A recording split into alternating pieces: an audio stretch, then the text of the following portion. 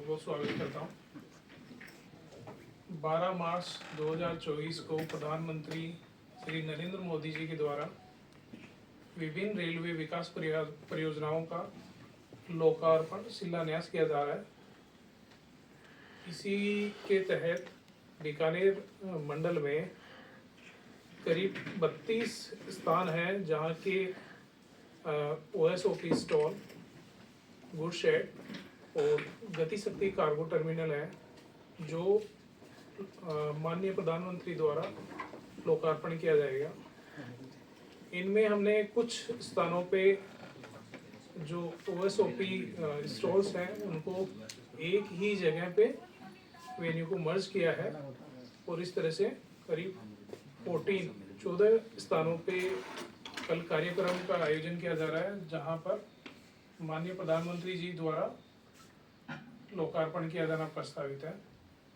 इस सभा को संबोधन करने के लिए मंडल रेल प्रबंधक महोदय अभी जानकारी प्रदान करेंगे।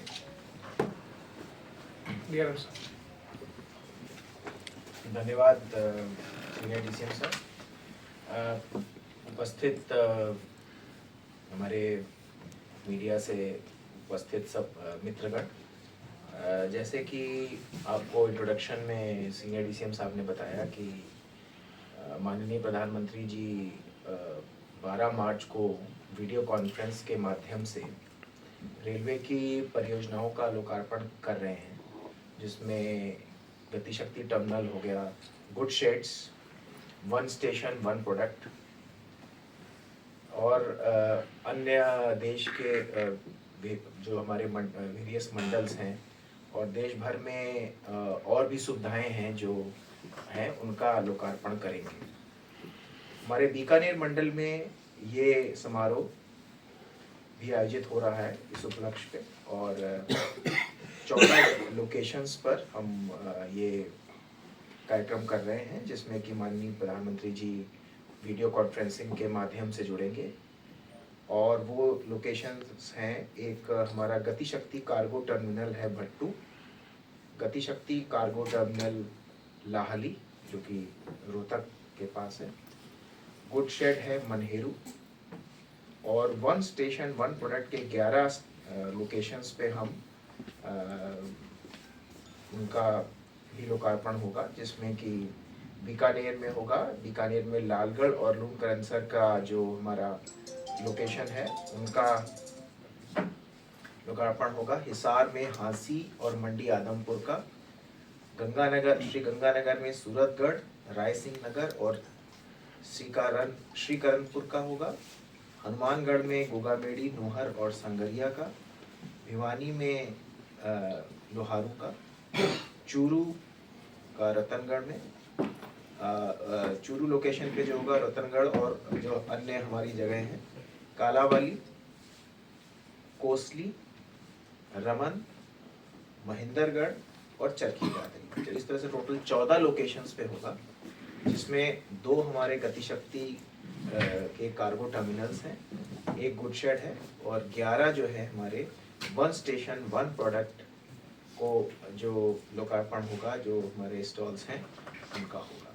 तो ये कार्यक्रम करीब 9:30 बजे से आदरणीय प्रधानमंत्री जी हम लोगों से जुड़ेंगे और सबको संबोधित भी करेंगे और इनका लोकार्पण भी करेंगे। साथ ही साथ उससे पहले करीब 1 घंटा पहले जो जनप्रतिनिधि हैं हमारे उस क्षेत्र के, उसमें मेंबर ऑफ पार्लियामेंट हो गए, मेंबर ऑफ लेजिस्लेटिव असेंबली हो गए और भी जो गणमान्य व्यक्ति हैं वो पधारेंगे और जो प्रस्तुत जो लोग रहेंगे उनको संबोधित भी करा जाएगा। और ये कार्यक्रम करीब 8:30 बजे से स्टार्ट होकर के 9:15 साढ़े 9 तक चलेगा। उसके बाद फिर आदरणीय प्रधानमंत्री जी करीब 9:30 बजे के आसपास हम लोगों से जुड़ जाएंगे। तो यह मुख्यतः ये हम लोगों ने एक कार्यक्रम पहले भी किया था, उसी फेज में जो है और नए जो हमने रेलवे ने जो अपने विकास कार्य किए हैं उसका लोकार्पण आदरणीय प्रधानमंत्री जी करेंगे। कल सर लालगढ़ में आपके मुख्य अतिथि कौन होंगे, ऐसी जनरल जानकारी चाहिए।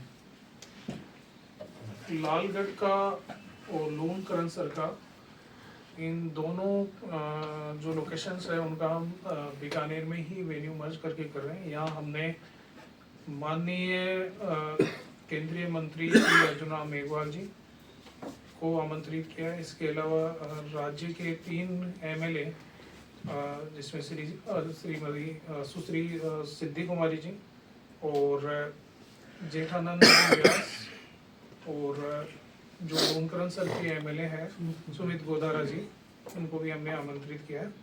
इसके अलावा जो मेयर है उनको आमंत्रित किया है। जो भी जनप्रतिनिधि हैं उन सभी को हमने इस अवसर पे आमंत्रित किया है।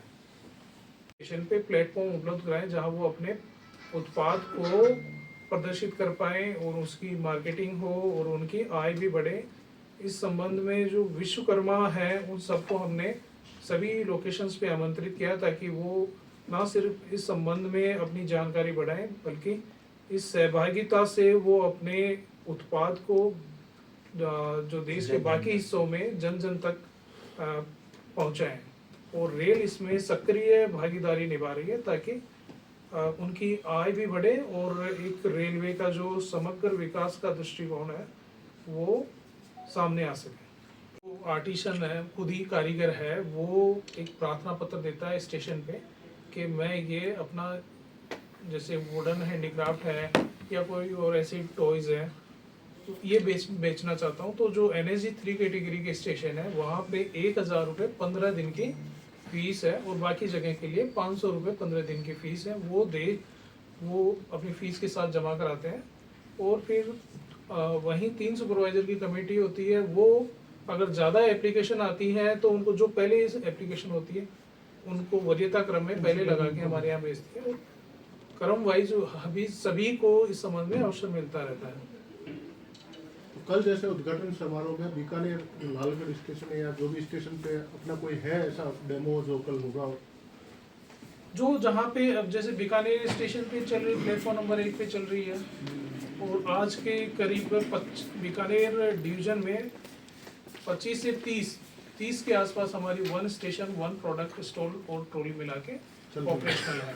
कि इसमें बेसिकली कारीगरों, कुम्हारों, बुनकरों, हथकरघा और शिल्पकारों आदि को मतलब एक प्लेटफॉर्म दिया जाए। जैसे और भी वेरियस मिनिस्ट्रीज भी कर रहे हैं तो रेलवे मंत्रालय जो है ऐसे कियोस्क या छोटे आउटलेट्स की वो दे के सुविधा दे के उनको एक मार्केट देने का प्रयास कर रहे हैं जिससे कि वो अपने उत्पादों को जनता तक पहुंचा सकें और उनको ज़्यादा वाइड रीच मिल सके।